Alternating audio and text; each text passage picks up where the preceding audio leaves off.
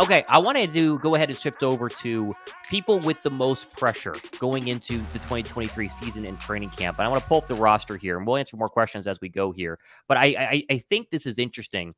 Let's start with offense. Who do we think on the Eagles offense is under the most pressure to perform at a decent level here in 2023? Now, you could take Hurts off the board because Hurts is going to be under pressure always. Every quarterback is. You got to be good. Now, you can talk about backing up last year's performance. We all expect them to do that. Somebody else. To me, the player with the most pressure to be really, really, really, really good this year is probably going to be DeAndre Swift. I think it's either Swift or Gainwell. And I think the running backs, you can just, mix and match. It doesn't really matter. I see people saying Quez Watkins right now. We'll talk about him in a second. Yeah. But I think you have a scenario where this running game can be good, but this running game can also be insanely elite. Now, the problem is you don't have a number one back on this roster because Swift was drafted to be a number one back, but he's always been in a stable of running backs. So there's never been like the leader of a running back room on this roster like you had Miles Sanders last year where he was clearly the guy. Now you have a bunch of guys who either were often injured, Rashad Penny, who are still young, and Kenny Gainwell, who's never been the guy in Boston Scott except for Giants games,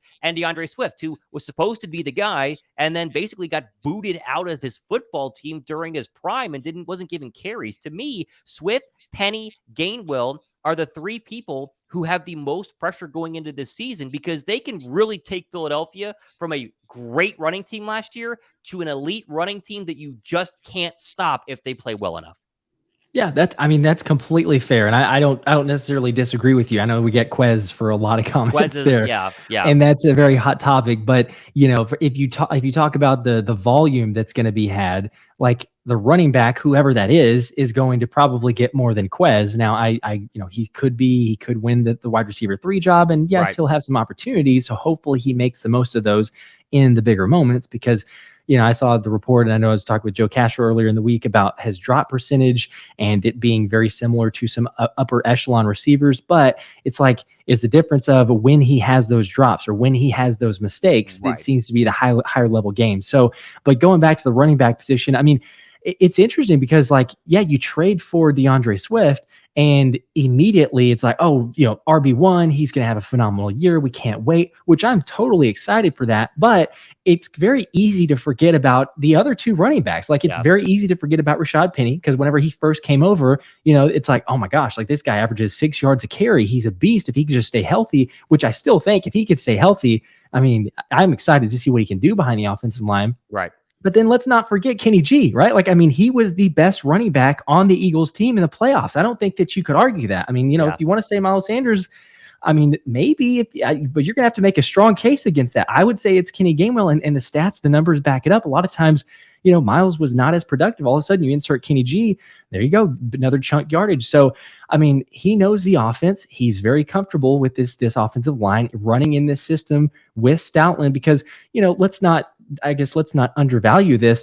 It's not just like, hey, you go get the best running back and put him behind an offensive line and immediately they're going to click like another running back who's familiar. Right. Stoutland has very specific run game. He's a run game coordinator for a reason. That's half of his title. So he will help out with where the runs are going and how the blocks are going to be lined up. So, yes, I think that they all have pressure.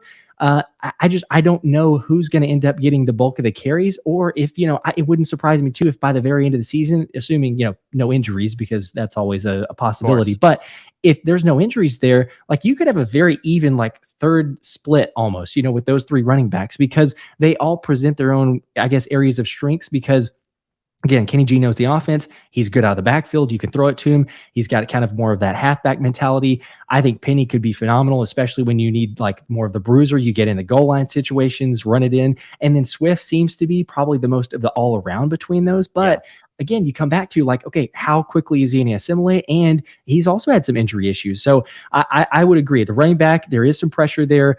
Probably the most on Swift, yes, because he's been traded to a brand new team and your agent zero, you put more heightened expectations. I'm sorry, but he has to know what he did by that. By choosing zero, you're putting the target on your back there. So I mean, I'd go back and forth. I would still probably say Quez only because of all the speculation and Olamide Zaccheaus signing and him blowing up at fans on Twitter, but I could definitely be close with Swift. Let's switch over here to defense. And sure, I mean, Watkins is up there, but I think you hit the nail on the head. He's not, I mean, at best, he's getting 40 catches. He gets anything over 50, and he's going to leave us and go somewhere else to be a wide receiver 2 somewhere. I Yeah. mean, 50 catches, that would mean either someone got injured or Quez really balled out, because you can't take quick catches away from A.J. Brown or Devontae Smith. Let's go over here defensively. I think there's more pressure on some players defensively. It's hard to pick. I see a lot of people saying Kobe Dean in the comment section. Someone just said Darius Slay has some pressure because people really didn't like some of his performances later on in the year, which, maybe it's fair, maybe it's not, whatever, however you want to say it. I know I'll always be on Bradbury week 1 against Juju. You don't want to see him get worked, twice in a row against this TikTok boy wide receiver. For me, it's Nicholas Marrow. I think Marrow is the other dark horse on this defense. I think really, if he plays well, then you truly have no flaws on this defense. But if he plays poorly and you got to start Dean and somebody else, whether that's Sean Bradley or Davion Taylor or, somebody else, you could have a little bit of a fear there at linebacker. Now, I mentioned in my show today that Philadelphia can have a mediocre linebacker room and still be okay. They're elite on the defensive line. True. Corners are great, safety, whatever. But I think Morrow really has a great chance to make some money, turn some heads, become a household name, because no one knew who he was when we signed him if you didn't watch Bears games. So I'll say Morrow. Give me another name of this defense that has a lot of pressure.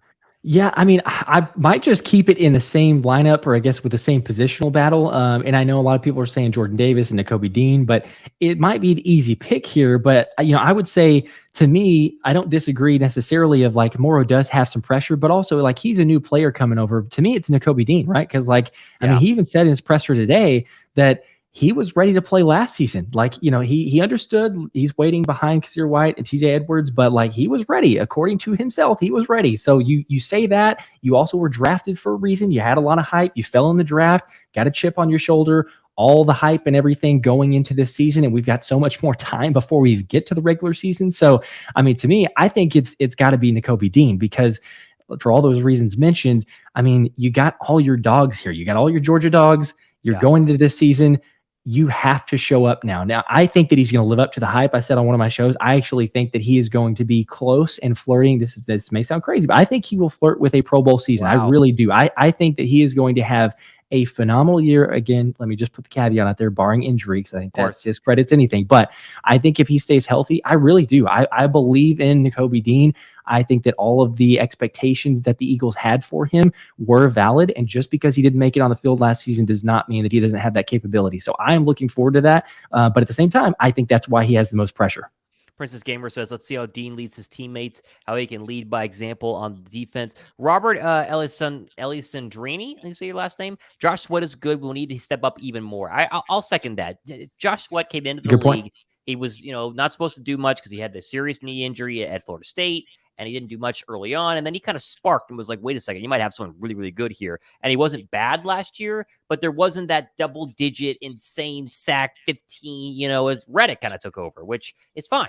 I do think Josh Sweat needs to play a little bit better, because they gave him that semi-early contract as if to say, hey, we believe you're going to be elite. Here's some really good money, a little early, and he hasn't fully lived up to it. And I don't want to, we're being picking and choosing here. It's not like he's bad. I love him. He's the best pass rusher we have. That's a true edge rusher, because Reddick's technically, not a defensive end, however you want to call it. But I'll throw him in there. I saw someone say Reed Blankenship. I don't know how much pressure's on Reed Blankenship. It feels like the safety battle is a 3-horse race and you have 2 people or 2 spots. So he has a pretty good chance to win that battle, right? I mean, to me, it's more like it'll be Blankenship and Edmonds unless Sidney Brown balls out of his mind. So, we'll see about that. Yeah. I agree. I don't know that there's as much of that pressure, but it'll be interesting to see if Reed Blankenship can actually, win back the starting job, I guess, if you want to view it that way. He didn't really have it, but he took it when CJ GJ was out. Yeah. So it was interesting too, though, to point out that James Bradbury seems to kind of, I guess, put his vote of confidence in Reed Blankenship, saying that was one of the reasons for returning Darius Slay and Reed Blankenship. So obviously he enjoys playing with him out there. Another, it's maybe not as much of like a pressure from the fan base, or at least I haven't been seeing this, but I'd say maybe maybe the most pressure on a single individual player, just what they'll put on themselves, is Derek Barnett. Like, this is his season. It's make or break. You either make something happen and you get an extension, you get a contract worked out, or you're hitting the road. Like, you're going to a different team or hoping to sign with a different team. Now, I know it's all the injuries and everything else, but it's the injuries, the penalties, just not being. It's funny for a guy who was in the best place at the best time in the Super Bowl and the NFC Championship game, but outside of that, it's like a lot of times seems to be in the worst place at the worst times, and making all these mistakes. So apparently, I think it was it Derek Gunn that had reported this, or some individual saying that the Eagles were thinking that he's going to have a breakout year. I know Darius Slay echoed that, saying yes, this will be his breakout season. So I don't think it's coming from just Philly fans or the Philly organization for as far as pressure, but I think Derek Barnett is going into it going, this is it. Like, I have to make something happen. So I'll be interested to see.